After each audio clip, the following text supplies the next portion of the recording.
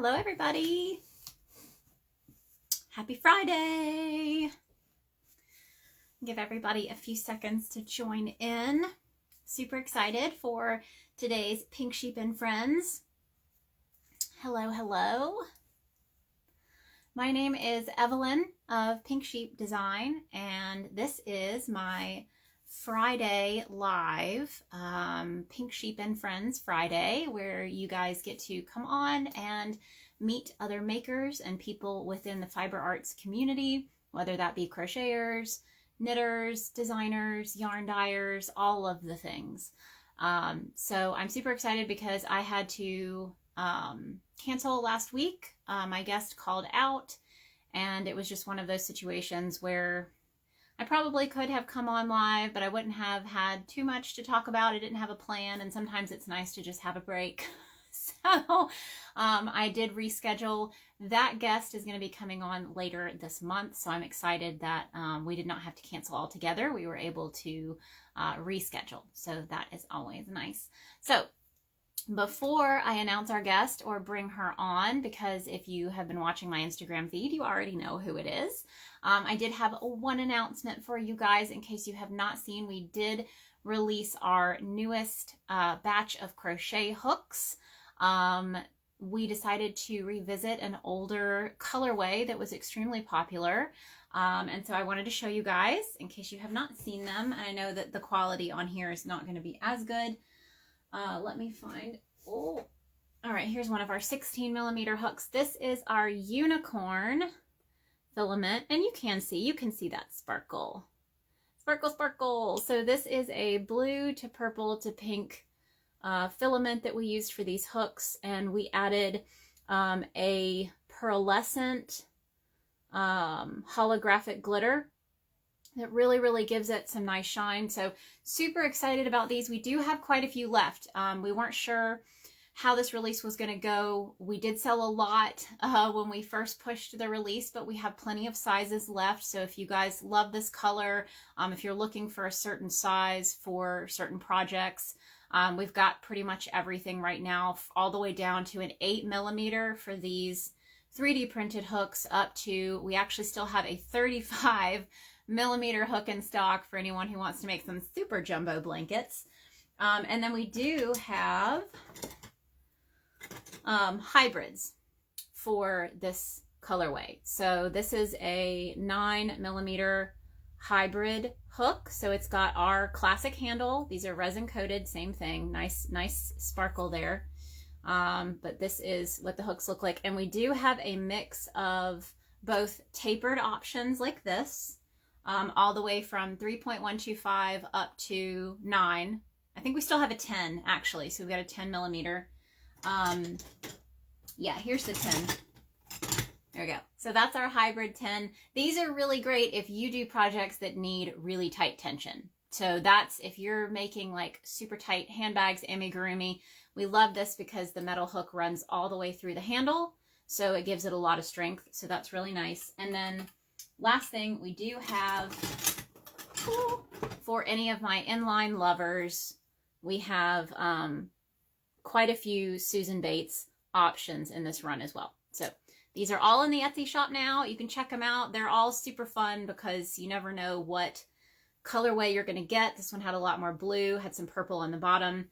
So it really just depends on how it printed. So I just wanted to let you guys know, in case you did not, that all of those hooks are now in the Etsy shop. They ship within a day or two. So it's quick shipping. So there we go. All right. So on to why you guys are here, and that is Pink Sheep and Friends Friday. And I'm super excited because today I am going live with Kelsey of Nerfherder Knits. So let's see if she is here. So I don't see a request yet. There she is. There we go. Let's see if it works. Fingers crossed. Technology is wonderful. And I just wanted to say too, thank you guys for joining in today. I am so glad to get to check in with you guys and do this every Friday. It's really fun. It's something I get to look forward to connect with you guys. So thank you. Thank you. All right. Kelsey, let me know if you are not seeing the join. It said that you were here. So you can type in the comments if you're having any issues joining. And if you are, you can always back out and come back in if that helps. Let's see.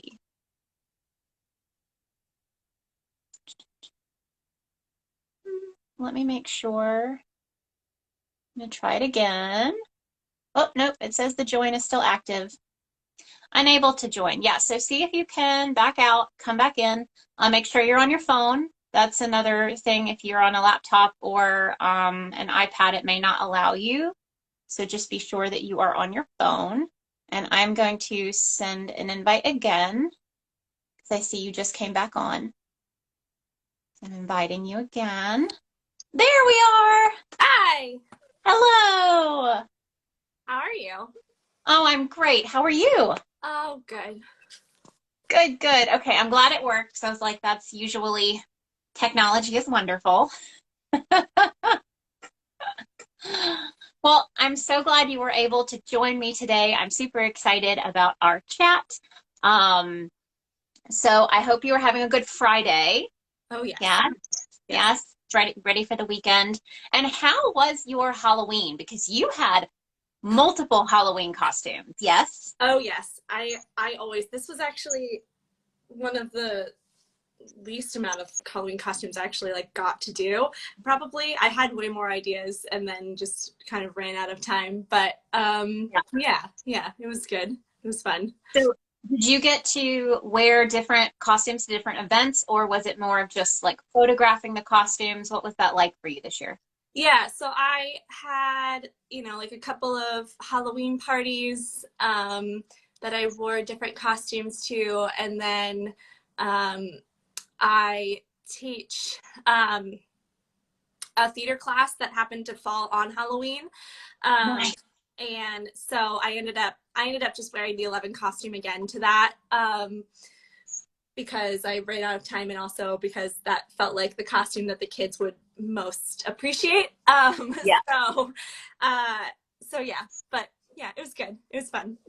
Well, and I love that that's the 11 that you chose to dress up as, because I wouldn't have even thought, you know what I mean? Like that wasn't one of the outfits that to me would have stood out as like that's how you're, so I thought that was really cool that that was the character, the clothing, the outfit that you decided to use.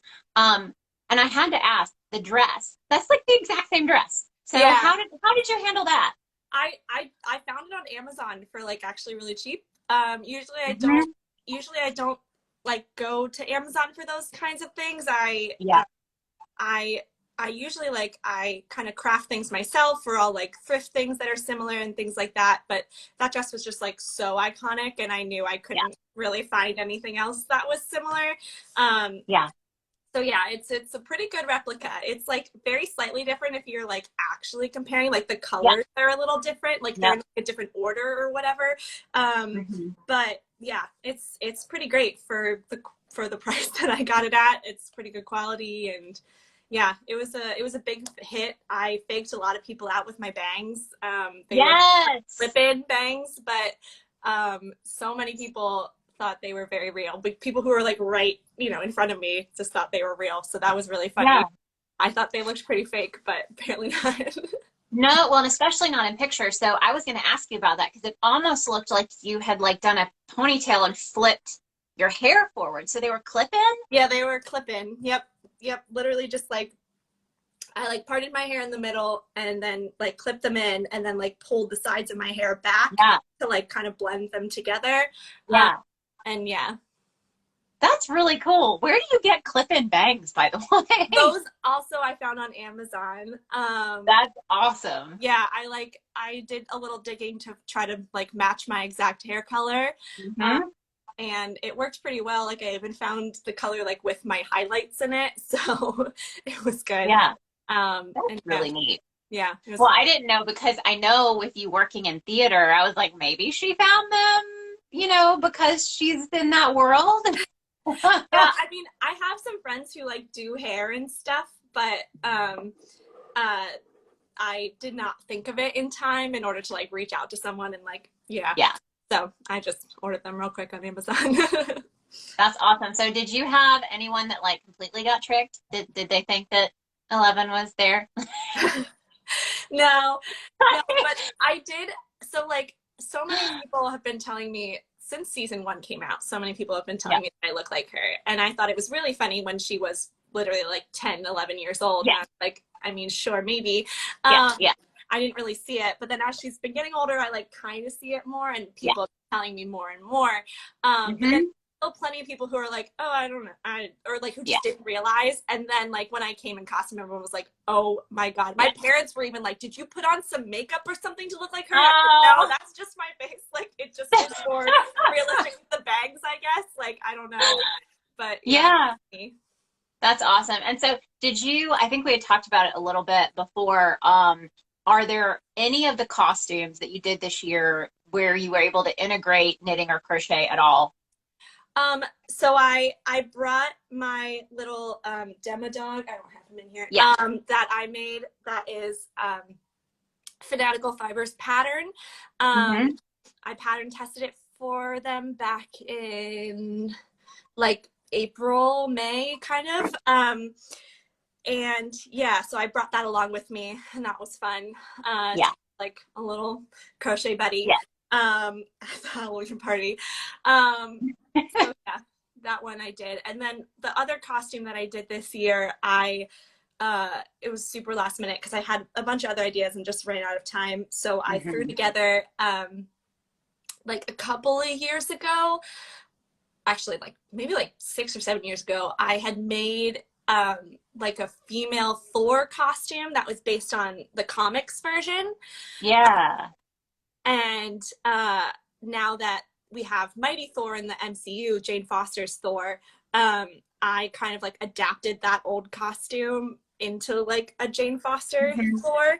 Um, so that was fun. It was literally last minute. Like I was literally driving home, um, get ready for the party, and I had not come up with another. I was like, if I can't come up with anything, I'm just gonna go as 11 again, even though like Yeah. a bunch of the people had already seen me at 11 as 11 at another party. um but I literally like thought of it. I was like, I think I have some like other like clothes and things that I could like kind of make it look different, Hmm. and I did, and so it worked out pretty well. So yeah, and that one I had made out of like craft foam and stuff, so that was fun. Yeah. I don't think I posted that one to this page because I didn't get No, like I haven't good seen that one yet. pictures. Because Yeah, I saw the Doctor Who. yeah, yeah, That one. yeah. But yeah, I didn't get very good pictures in that because it was just like, like party pictures, not like Instagram Yeah. pictures. Um, so yeah, I think I just like posted one on my story from the party, but yeah, it was fun. But that was like just like kind of ended up being just a costume for me, not really like for that I put together for Yeah. Instagram. But maybe someday if maybe someday I'll like actually put it together nicely to like take photos and stuff. Yeah. Well, Fanatical Fibers is here. She just Oh, said, Kelsey, ah! hi Sarah. Yes. Well, I wanted to ask you too. I don't think I asked you before. In the past, with either Halloween or cosplay, have there been any costumes where you have incorporated more of the crochet side, like larger pieces, or is that something it's more been smaller parts and extras? Yeah, it's more so been smaller parts. I'm trying to think. I did once. I made yeah. So I made an like a Marvel Avengers cardigan once Mm-hmm. that I kind of used as like my own cosplay of like Avengers Academy, like Yeah. what would you wear? Um, and then I have like a Spider-Man and a Captain America like crochet top. I've made Oh, nice. tops of both of those. Um, yeah. And so I've used those a little bit, just kind of in like outfits more so than like Yeah. cosplay. Yep. Um, So yeah, usually around Halloween I'm like way too busy to like make like a full Yeah. costume. Usually it's like a little accessory. Like the one year I went as my friends and I did like Disney princesses and Star Wars characters Hmm. mashup. So I went as Rapunzel. Um, so I had like kind of like a purple, like lavender Ray costume with like flowers everywhere.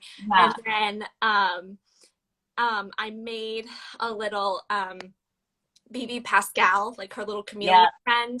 So it was like Hmm. BB-8's body, but like green and purple, and then Pascal's head on top of BB-8's body. So I Oh, made that's that and like kind of funny. clipped into my shoulder. Yeah.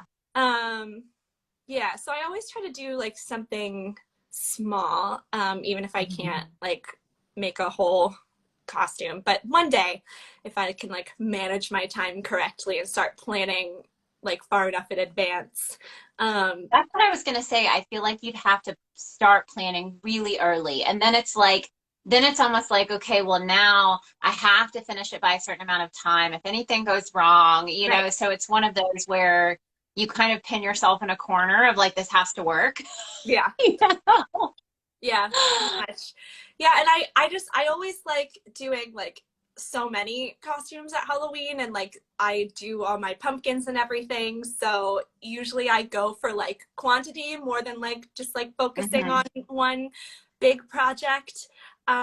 Even though I would love to do both, but that's just like might not be possible at this point. Every year I'm like, this Yeah. is the year I'm gonna do it, and then Yeah. it doesn't happen. So Yeah. I have to accept that it's maybe not possible. Well, and I know I had it was 2 or 3 weeks ago that I had the Twisted Hatter on, and she was working on her it costume. Oh yeah. And like, holy, yeah, holy crap. Yeah. It's Well, one of those where, yeah, she does it every year, right? Like she yeah. makes, yeah, yeah, And even like throughout the year, I think that's what's crazy is right. seeing just the detail and like you have to really commit and seeing like she even did the shoe covers, you know, and I was like, man, that'd be so cool, but I just don't know. I don't know if I'd ever have the patience to like really follow through. I feel like I would start on it one year and maybe 3 years later, it would be done Right, probably. right. Yeah. Ah, well, I would love to know since this show I start out, I didn't even start out with this, is, you know, I didn't even get you to tell people who you were. So for anyone who does not follow you on Instagram, let them know who you are and a little about what you do right now in the crochet community. Yeah, so I am Nerfherder Knits. My real name is Kelsey. I make crochet and knit designs inspired by nerd culture. So a lot of like Star Wars, Marvel, you Harry know, Potter. Harry Potter, Lord of the Rings, just like Yep. a whole bunch of stuff like that. Stranger Things. Yeah, just and I also do some cosplay and like just kind of like I call it like geek chic style. Mhm. Um, so yeah, I kind of incorporate all of those things into my page. Um, I design patterns. I have a shop where I sell handmade items. And yeah, I've been doing it since I've had this page since like 2017, I believe, like beginning of 2017. Um, and I opened my Etsy shop, I think like later that year. And yeah, been doing it since then. So That's awesome. So yeah. someone said, can you repeat your handle again? And I would love to know if you have a backstory. Why did you choose that as your name? Yeah. So my handle is Nerfherder Knits. It is Star Wars inspired by Princess Leia in episode 5, calling Han Solo a scruffy looking nerf herder. Yeah. Um, and I just have always really liked that line. And yeah, so it's kind of a weird word if you're not like aware of that Yeah. line, that specific line from Star Wars. But yeah, Nerfherder Knits. I liked that it was kind of alliterative, even though it's not the same letter, and there's a different word for that when it's the same sound. But And yeah, when I was choosing a name, I had a whole list of like Star Wars and Harry Potter inspired names. And yeah, I just kind of narrowed it down, and this was the one that I went with because I liked the alliteration. I was going for something like that like it sounds really good together. Yeah. So have you ever done Princess Leia cosplay? A little bit. I did her like snow suit kind of look, her in episode 5, that when she delivers the Nerfherder line. I did that back of course. How could you not? Yeah. So I did that back, I think, like the beginning of last year. I think it was like winter of 2021. I did it. And yeah, I would love to do more. I have like this dress, this like white dress with a cape in like my wish list on Amazon. That I would love to buy one day.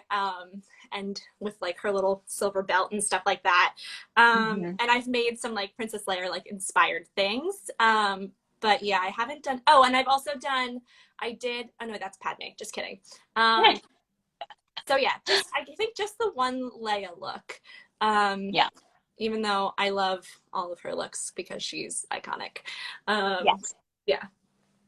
That's awesome. So when did you learn how to crochet? What is kind of your, and if it was knitting first, what's kind of that origin story for you? So I learned a little bit, and by a little bit, I mean, I think really like just a chain stitch when I was a kid. I would just like make chains a lot. Those are useful. Yeah. You know? And I really don't know if I even like learned a single crochet. I really might have just done chains. And then I had knitting looms, like the little, round with the pegs that I still have and use sometimes because I find them useful for certain designs. So I did that when I was a kid. Would make, just like tubes of things. Yeah. Chains and tubes. Yeah. But when I was a kid, I would bounce from craft to craft all the time. So I never stuck with one for too long. Like I did that. I was really into like beading for a while. Did you make the little lizards? I wish I'd kept one. Yeah. Yep. Those. Yeah. And then like I would go to those, like there was that store like You Bead Too, where you could like have like necklace making parties with your friends. You got all your beads. So I would do that. Yeah, I would bounce around between different crafts. I could never draw. I would always try. The rest of my family can draw. I cannot. I wanted to be able to draw. Yeah. I try from time to time. I like the feeling of drawing. Yeah. I really like putting pencil to paper. I'm a doodler. I like writing things down. I just, tactile, I like that. But I can't. It's not for anyone to look at. And so I never really got into that, but lots of other things. But then in college, I wanted something. I was studying theater, and I wanted something to do when I was like at rehearsal, just like, waiting around, sitting around. And so I picked up, I think, knitting first again. And I taught myself off of YouTube videos. And then, started picking up crochet too. And yes, I got really into it after I would make like little things in college, but then after I graduated and I moved into this house, and I didn't have, I was a newly graduated theater artist, so I didn't have a lot of work going on. So I started getting really, really into it, and started, making my own designs and all sorts of things. And from the beginning, I knew I really wanted to do some sort of like nerdy Yeah. business thing Yeah. that had been in the works for like at least a year or so. I remember, I guess over a year, because I remember telling someone about it on a project that I was working on in like 2015. So it took me that long to like actually start an Instagram and like do all this Yeah. thing. But yeah, and now here we are. Yeah. Yeah. Yeah. So when did you start designing? When did that kind of start rolling out for you? I mean, I started before I really started my Instagram. Like Gotcha. I made a I never I would follow patterns a little bit just to learn, but even Yep. when I was following patterns, I would like make my own changes, or I would use a pattern to um, create my own design. Hmm. Just when I was starting out, I don't do that for things that I sell, just because I don't like people to do that. Just as a little disclaimer. Yeah. But yeah, just for like for designs for myself, I would do that. And I think one of my first designs that was like just me, I made this little like R2D2 beanie. I think Aw. that's like one of my first things that I really did with like color work and things like Mhm. that. Um, and yeah, I still have it somewhere, and I've posted it before, probably a while ago. But I break it out every now and then when I want to do an R2D2 picture. Mhm. Um, and yeah, so that was like I made that before I had my Instagram page. Um, and yeah, like from when I started, I kind of started designing my own things, because that was also something that I always kind of liked to do. Uh I used to like, I mean, when I was a kid, I also had like a, clothing design phase, of Mhm. like, drawing out my own clothes and things like that. And Did you sew at all? not really. I did a little bit. I know how to sew, and I can like work a sewing Mhm. machine. Mhm. My mom sews pretty well. She is also in theater. Um, Gotcha. and she would help out with costume design and stuff like that. And she grew up like making her own clothes occasionally. Like she would make Yeah. her own dresses for dances and things like that. Um, and she's pretty good. She's made some of my costumes that I've worn. Like I have a Daenerys Targaryen cosplay dress that she made. Mhm. Um, That's awesome. yeah, yeah, some things like that. She's very talented. And so she taught me, and then I also like we learned sewing in like home ec growing up, and then I Mhm. also had to take um, a costume practicum in college to go along with my theater Yeah. degree. So yeah, I can sew to a certain extent. I'm not great at hand sewing. I can make something on a sewing machine. I've made a couple of things, but Mhm. I don't have a sewing machine currently, Yeah. and I'm really not great at hand sewing, so I don't do it a whole lot. Um, but yeah, I don't remember where I was going with this. Oh, the costume design. Yeah, so I, and then like yeah, I would design my own like nerdy clothes. I mean, I wouldn't Mhm. make them. Well, that's not true. I would make them sometimes. Sometimes I like would spray paint things. Anyway, Oh, that's yeah, awesome. yeah. So yeah, I would do things like that, and then, but once I like really got into crochet, I was like, okay, this is how I can like I finally like was actually able to make my designs come out the way I wanted them to come out. Like no Yeah. medium had ever done that Uh-huh. before, so that was nice. Yeah. So I always wonder about this with people about when you are a crafty, artistic person, if that was in your family. And you said that was with your mom. Did your mom really kind of not push it on you, but like, did she kind of encourage that as you were growing up? Was that a big part of that for you? Yeah. Both of my parents are artistic, but neither of them do it for their full-time jobs because they are safe. Gotcha.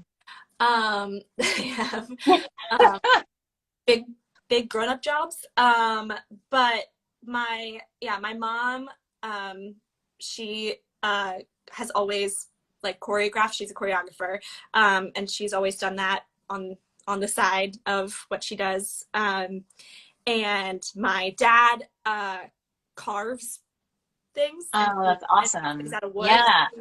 When I was little, he does duck carvings, and he like has like several awards from when he was younger, Oh, that's so of cool. like shows and stuff. Yeah. So Is it like decoys? yes, Like decoy duck? Yep. yep. Yep. And there are decoys all over my parents' house. Yeah, so he's very good at that. I have a Deathly Hallows lamp that he made. Wow. And a bar. He made me a bar that's in my basement. That's also impressive. Yeah, so they both are very artistic. And I started doing theater from a young age. And then yeah, always, I mean, I always like I found when I was cleaning out my bedroom, my childhood bedroom, like earlier this year or something like that, I found a little time capsule from when I was in first grade that like about like what your like goals for the future, and it said when I grow up I want to be an artist, and that was nice. Yeah. Yeah. Your first grader self would be so proud. Exactly. Well, it was funny because like after first grade, I always, from like second grade until senior year of high school, I wanted to be a marine biologist, which is very different. Yes. So I didn't remember ever like actually having a childhood dream of being an artist. Like that didn't really like, it didn't click in that I wanted to go to theater school until my senior year of high school. Yeah. So that was a nice little Easter egg. Yeah. That's really cool, actually. Yeah. Like you didn't have that memory of that. Yeah.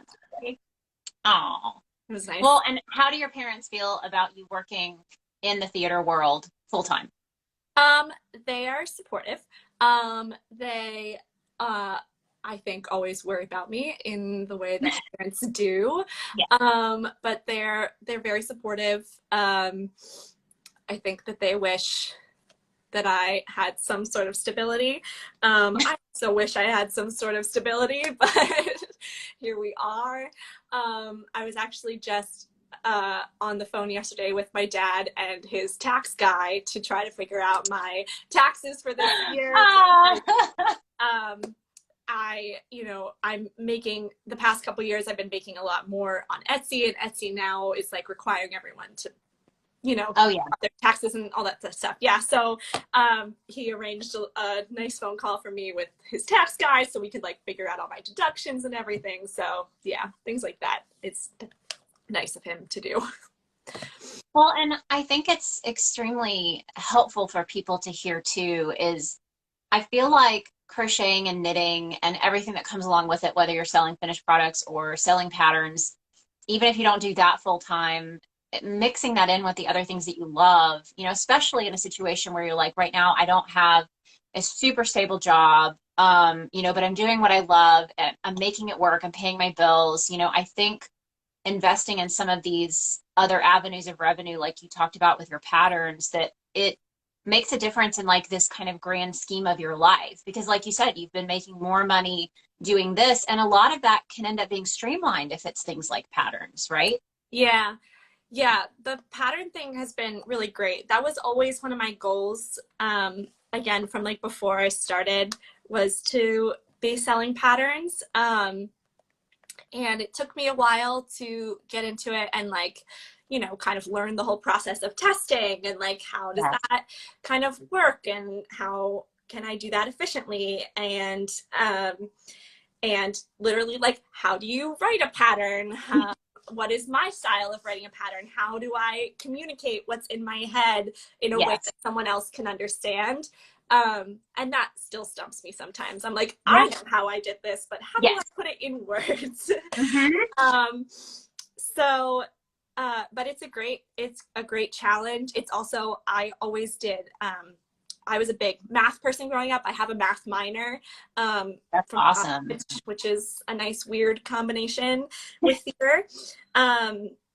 So it, scratches the math part of my brain in a way that I enjoy. And, you know, it's like a little puzzle to try to figure out, especially when you make something and aren't planning to make a pattern. And then people are like, where's the pattern for this? And I'm like, oh yeah, let me figure out what the heck I did because I wasn't paying attention. Yeah. Yeah. So it's did you have any designers when you started, you know, saying maybe you designed a pattern, you're like, I want to do this. This is, you know, something that I want to invest more time in. Do you have anybody that was kind of in the crochet community that you felt support from, maybe that you were able to reach out to or that you tested for and that kind of helped your experience? I actually never really tested, which was probably a mistake. I definitely should have started there. But Sarah from Fanatical Fibers, they have always been a big supporter. We found each other like very early on.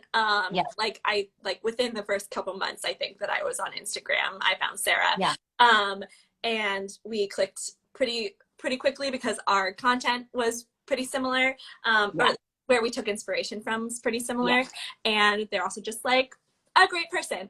And so, I mean, we both like reach out to each other with questions all the time. They were just trying to help me understand Ribbler the other day. I still don't completely understand it, but they like sent me a video, which was very nice, on like how to like do things. So yeah, they have always been a big supporter in my corner and someone that I can go to with any stupid question, and it's very helpful. I feel like we all need that. And I think as the community has grown and as we've started to make these new connections with people, I feel like it's easier. I think more people reach out to me with just simple questions of like, do you mind helping me with this? Like, is that too much to ask? And I feel like it's always a good feeling because it shows that you've done enough with your content to show that you, even if you're not like an expert in the field, people see you that way of like, you know more than I do. Can we share some of that knowledge? And I feel like overall this community has felt very giving. Yeah. Yeah, I agree. I love it when people reach out to me with questions, even if I don't know the answer. But like, especially like, you know, if people have questions about my patterns, at first it like gives me a little like, oh no, did I do something wrong? Did I not explain something well? But then I'm like, no, everyone's gonna have questions no matter how well written a pattern is. And you know, I always try my best. I've in the past, you know, like recorded a short little video for someone if they like really don't understand something. I would far prefer people to like ask a question than to just like abandon a project and like leave a bad review because they didn't understand something, because people do that sometimes. And I think that's fortunate because I put so many places in my pattern, on my Etsy shop, all the things. I'm always like, please reach out if you have questions or anything. Because there's just like no one way to describe something that everyone's going to understand. So yeah, I love answering questions or like, you know, helping. I've helped a couple people navigate their Etsy shops, up and things like that. And just like you said, like it's a great feeling to know that someone feels comfortable asking you a question and feels like you know enough to have the answer. It's a really nice moment to look around and being like, okay, I'm here. Like I'm here. I'm established. I at least look like I know what I'm doing enough for people to reach out. Yes. So I would love to know for you, what is one of the favorite things that you have, one of your favorite patterns that you designed that you have out there right now? So I have my Settlers of Catan blanket. That one was a feat. I made it during lockdown.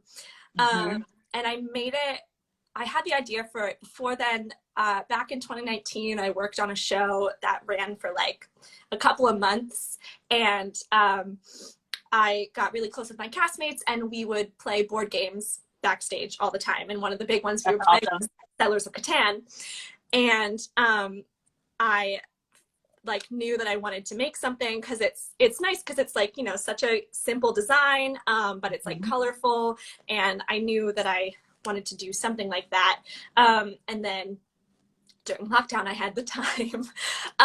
So I made the blanket and I like recorded a bunch of it, but then I never posted a whole lot of it. And I wrote down some of the pattern, but I didn't like make a full pattern. And then finally, earlier this year, I was like, I'm finally going to do it. I'm going to like do the pattern. I'm going to make different sizes. And that was my first time. Yeah, that was my first time making different sizes of something without actually testing the sizes beforehand myself, because that just wasn't practical. The project's so big, I would not have had time.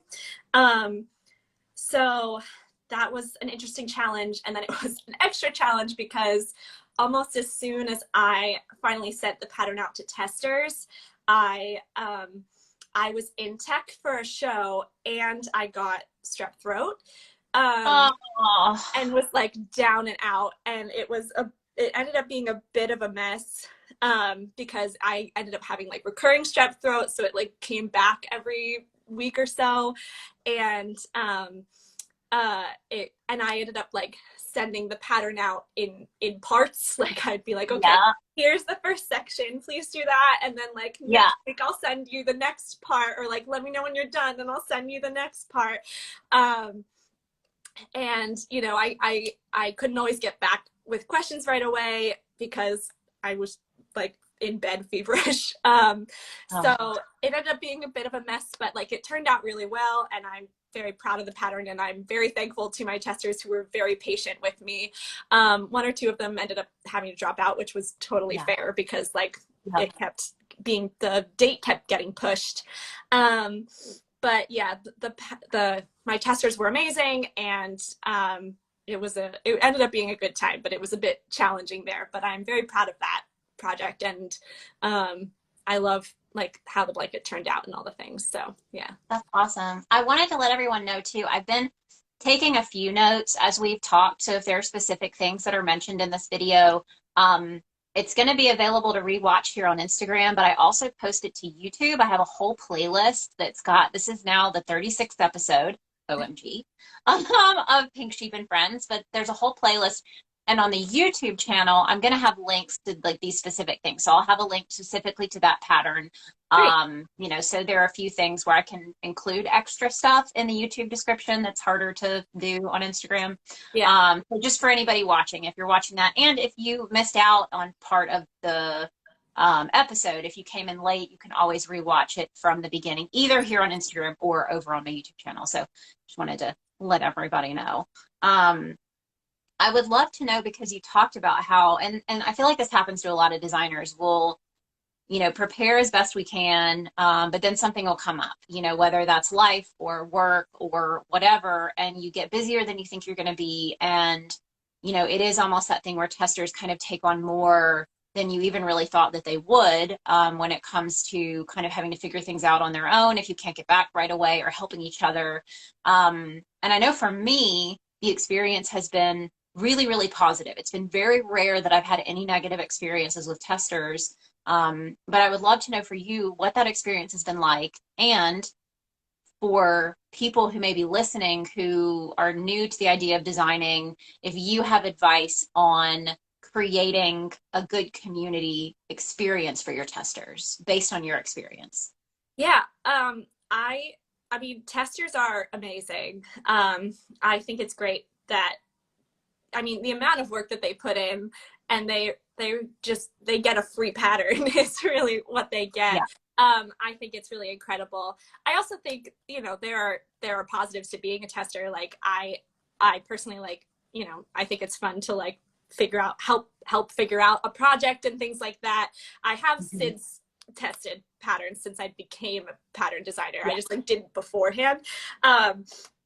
But for example, I mentioned I recently pattern tested Fanatical Fibers Demodog pattern, and I think it's fun to like see a pattern in its early stages and kind of help figure out problems and issues and see how other designers' brains work, because we all work differently. But yeah, I think what they take on is just, it's enormous, and it's so incredibly helpful. And yeah, I've most of the testers that I've worked with, I don't have like a set like group of testers that I necessarily work with every time. I happen to like have people repeatedly like sign up to test, but the ones that I have worked with have been just wonderful and very positive and supportive.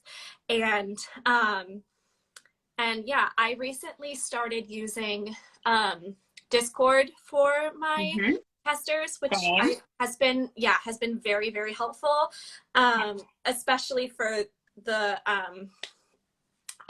blanket, because there were different sizes. So I was able to like, you know, make different group conversations of like, okay, this is for everyone. This is for the different sizes in case there were different that didn't apply to everyone. And it's been nice to have the testers be able to communicate with each other and with me. And it feels like more of a community than just like emailing back and forth or even like Instagram back and forth. And I also, I always work with a live Google Doc for my patterns, which I know is different than some people do, but that way I can edit in real time, and people can also like ask questions in the Google Doc, which or like suggest edits in the Google Doc, which I think is really helpful. So yeah, then I don't have to like send a million emails with like new drafts if there's mistakes, and there's always mistakes. So I find it really helpful to do that. I did get a note from a tester one time though, when I started doing that, you know, then you can't see the final formatting of the pattern, which is really important and something that I hadn't really thought of. But it's also like an accessibility issue. Like, is your font accessible? Is your like spacing readable and all those things? So then I ended up, you know, I would always like send them a final draft of the pattern, but I like when I published it, but I started sending them a final draft beforehand to like look over, you know, like they would always, I would just copy and paste it, but like I was like, can you please proof the formatting? Because that's, I didn't realize like how important that could be. So yeah, that's also been really nice. Yeah, so that's kind of my process when doing it. And yeah, just the testers in general are really amazing. Yes. And I think Discord was a huge game changer for me, I know, as well. And it was actually my husband who was like, you should use Discord. So there we are.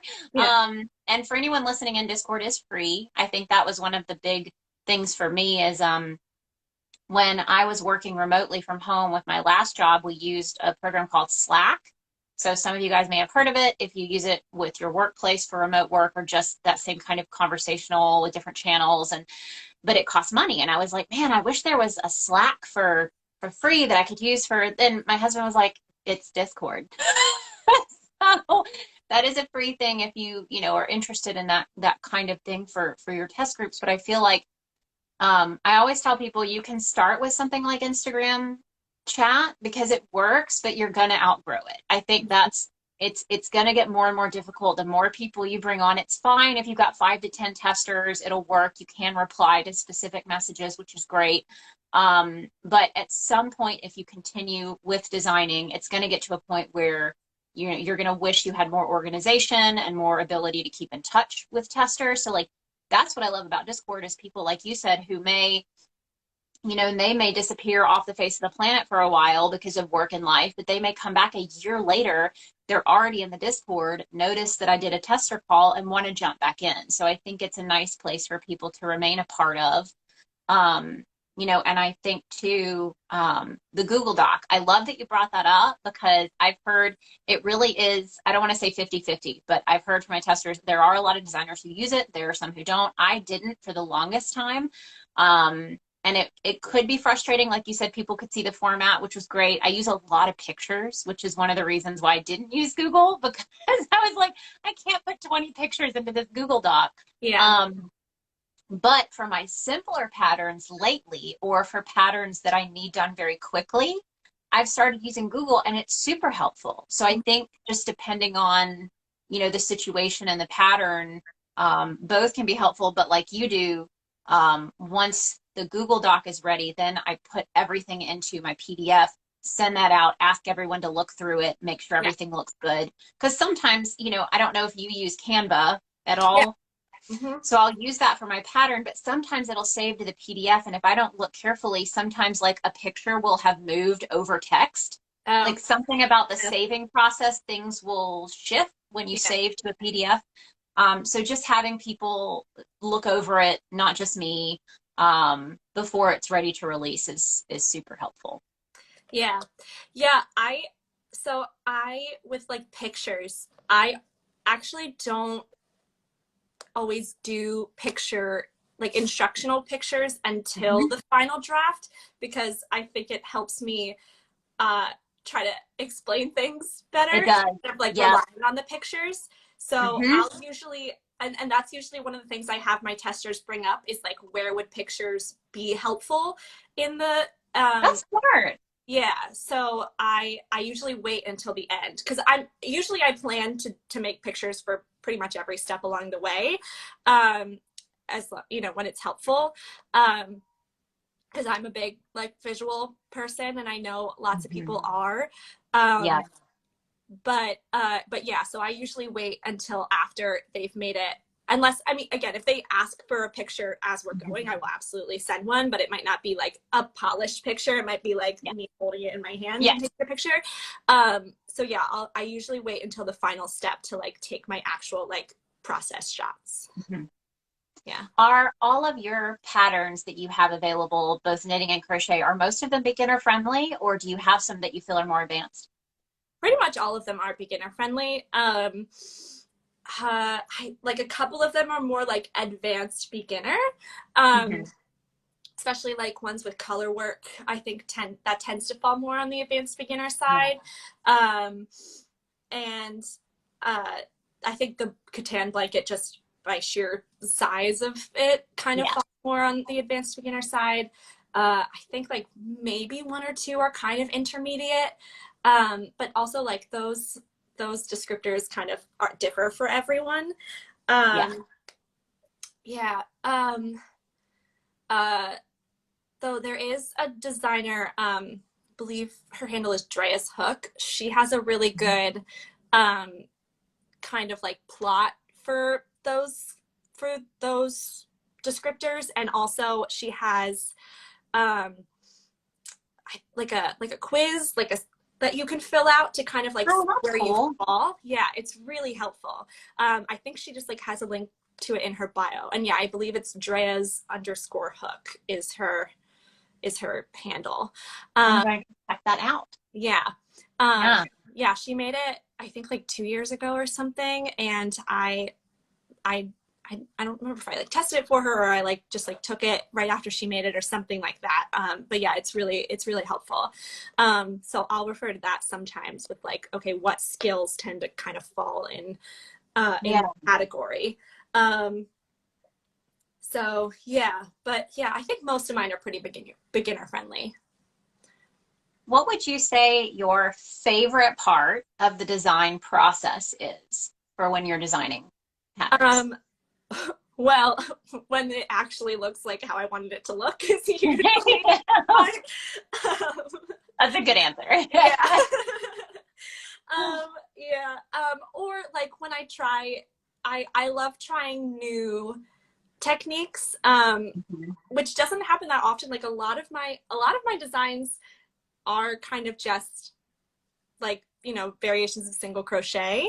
I've been trying to vary that a little more recently, and try some different stitches. I mean, like I know a bunch of different stitches just like in my designs with like what I end up trying to do, especially like with color work, like single crochet is just the easiest.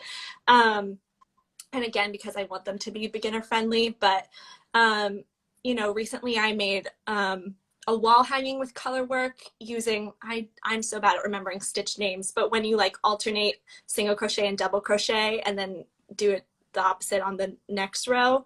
I think is it lemon peel? Yes, that's it. Yeah, I really like that stitch. I love the look of it. I was I was interested to see how it would work with like color work and like, you know, making shapes Yeah. and like that, but it worked out really well. So yeah, I did that for my binary sunset wall hanging.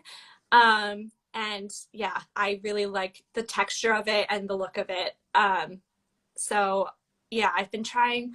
There was something else that I was designing recently that I used a different stitch. I also have like a bunch of designs. I have, of course, I'm like not sitting where all of my stuff is. I keep like looking around Of for course. it. Yeah. I for the past 2 years have been working on a pumpkin granny square cardigan that I keep not making in time for Halloween. Again, this is the stuff that happens, is like I'll try to do a bigger project for Halloween and then it never works out. I got really close this year, but still didn't manage it. But so I have one of the little granny squares right here, but it's not one. It doesn't have the pumpkin on it, but like just but it's little, pretty. yeah, just like little granny squares.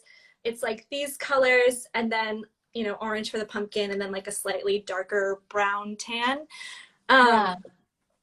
And it was cute because I like, you know, I made like a little pumpkin in the center instead of like a little, you know, diamond or whatever this is.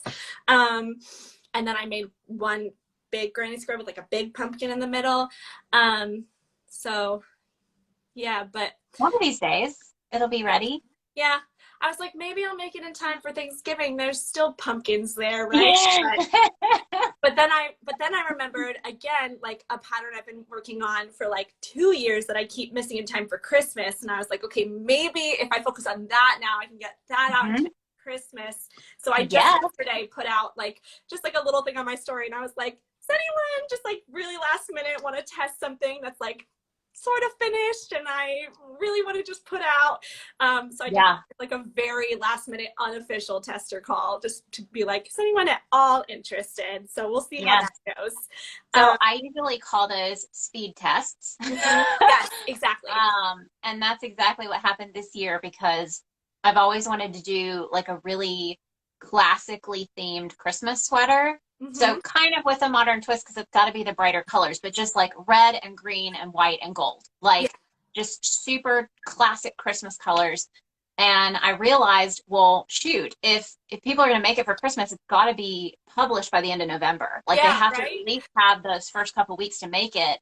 And I think I put that tester call out 2 weeks ago, and I was like, if you guys are really feeling it, like don't feel pressured, but if you want to jump in and you want to speed test this.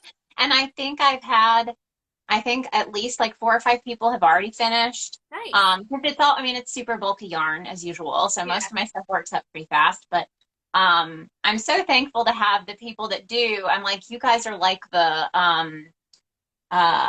the teacher's pets almost, because it's like, you know, if you have time and you want to, everybody's so gracious and excited, and you know, and I tell them, I was like, please don't, like, if you realize after you've started that you just can't get it done that quick, it's fine, you know, just let me know. But there are a lot of people who maybe they aren't working on anything right then, you know, and want to jump in, or like maybe the design really speaks to them, because sometimes that's a huge part of it, is like, oh, I love this so much, I have to be a part of it, you know. Right. Yeah. That's why with this one, I'm not even going to like post about it on my maid feed or even post a picture of it, so that like no one like gets their hopes up, because I don't know if it's going to like work out. It's mainly just like a color chart that I really like. And I'm like, I was like, it could be a pillow. It could be a wall hanging. It could be a table runner. Like, what do you want to make? We'll just figure it out. That's cool. Yeah. So, and I like it. So, I don't know if we're going to like make all 3 things or we'll just focus on one of them. I've had a couple people be interested. I need to like, this was literally just last night, so I need to like actually reach out to them and like have a conversation. But yeah, I'm excited at the prospect of maybe finally getting it done, because it's been in the works for a while. So is this like a nerdy Christmas design? Yeah, it's Star Wars Christmas. Oh, that's amazing. Yeah. Okay. I'll try not to get my hopes up, but I know that one of these days you'll release, you know, even if it's not this year. Might be next year at this point. But I'm glad I like remembered in time, because I posted like a teaser of it around this time last year, but then didn't get around to finishing it, because I'm always, you know, working on like actually Christmas gifts. Like, well, Christmas gifts, but also like, you know, people order stuff from my Etsy shop for Christmas. Like, Yeah. this is like my busiest time of year. So I usually do like little patterns. Like I do my little nerdy snowmen around this time of year because they, Yeah. are very quick projects. You know, I can design one and make and write up the pattern within like, you know, a couple hours. And so that's like your pumpkins, right? Because you have different types of pumpkins. Yeah. Yeah. So like the body of the snowman stays the same. It's literally just like the colors of the accessories sometimes change, or maybe like a little extra bit. And those don't even need to be tested very heavily because they're so similar all the time. So so they're very quick, which is good. And I like making them, but I like making bigger projects too. So I'm glad that I remembered, and I'm going to try really hard to get it out. Well, and I don't think I realized, like, do you take a lot of custom orders as well? So like you're designing and you're working on customs from your shop? I do some customs. Mostly it's just like, I get a lot of orders on like I have a couple of like favorites that make good gifts. Like I have my Ahsoka Tano hat. Gotcha. And my Hogwarts scarves are always And I think I really meant more of like a made to order. So not custom, but made to order. So you have these items in your Etsy shop, but when they purchase, you have to actually go make it. It's not inventory. It's both. It That's depends. good, though. Yeah, it depends on the time of year and like how much I'll have made. This time of year, I usually like to have some made in case like people are like, I need this right now. Yeah. But then when it's like, I need this in time for Christmas, I usually like put a couple extra in because I'm like, I know I'll have time to make some. Yeah. So yeah, I usually like play the game of like, okay, how many do I have right now, and how many do I realistically think I have time to make before the like processing date is over, and like things like that. I'll like, and then if like I get too many orders of another thing, I'll go in and like take the inventory numbers down on something else. So Yeah, it's a fun game to play. Do you ever do shows in your area? No, I've tried for the first time this year, I tried applying to a couple, and didn't get accepted, to any. And because I live in a city, so most of the shows I'm applying to are like big shows. And I don't have any like pictures of a booth of mine because I've never done one before and things like that.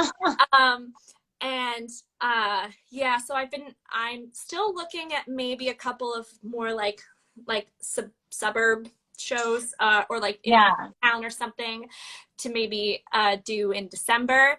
I was supposed to, a friend of mine was like organizing a charity softball game back in like beginning of October, I think. It was around the time of the hurricane because I ended up getting rained out because of the hurricane, but I was going to have like a little booth at that. So that would have been like a nice little like entry into that world. But yeah, I usually don't have time because of my theater schedule, because shows are often on the weekends and so are theater shows. But I'm only in rehearsals. Well, I actually haven't even started rehearsals for my next show yet right now. So like during the Christmas season, I'll only be in rehearsal. So I won't actually be performing. So I'll actually like have more time. So yeah, I'm hoping to maybe do one or two, just to like, get the experience and see what sells in person, because I have a feeling it'll be different than what sells online. Planning to have, if I've thought about it a lot because I keep applying to it. So if I were to do one, I would have a couple more just kind of like generic items that aren't necessarily as nerdy themed, so that they can like appeal to more people who are just like, oh, let me just pick up this little Christmas bauble or something. And then like a couple of my like bigger projects for people who are like really looking to spend that money. And I don't know, just like I think it'd just be really interesting to see the difference of what sells in person and what doesn't. And I mean, the good thing is, I think with shows, depending on the person, and the crowd and what's selling and what's not, it's nice to, like, you could take not just custom orders, but like you said, made to order kind of things of like, you can have photos of like, these are other things I make. You can sign up now, pay me now, and I'll ship it to you, because I've had a lot of makers at shows that'll do that, especially if like, I know for me, I'm at a point now where if I did a show, I would not be able to make the kind of inventory that I used to be able to make. Like my body just can't, I can't crochet like I used to. You're not at that kind of level of pumping out 50 hats in a day. You know, I just can't. My body was like, that was enough. You did that for 2 years, we're done. And so I think it's nice to have that other option of like, you know, if you really like this, you know, I can make it in other colors or I can make it this way. Give me a couple of weeks, you know, but you can pay now if you want, and I can ship it out. So that can be nice. Yeah. Um, Yeah, definitely. well, it is 1 o'clock, so I don't want to keep you over. I know it's. I was like, there's so many things I still could have asked you, so we'll have to have you back on at some point. You know, especially if you release that Christmas design, maybe we can come on and have like a celebration live. Oh, I'd love to. Well, thank you for coming on today and spending this hour with me and with everybody who is here on the live. Thank you to everyone who joined. Reminder, if you came in late, if you missed part of the episode, you can rewatch it here on Instagram. It'll be posted almost immediately to my feed. And then within an hour or two, it should be live on YouTube. So you can watch it there as well. If that's easier, you can bookmark it for later. And I think that's everything for now. I already did my announcements at the beginning, so I don't, like I said, I don't want to keep you, but I just appreciate you being able to come on, and this was a great chat. So I hope you enjoyed it.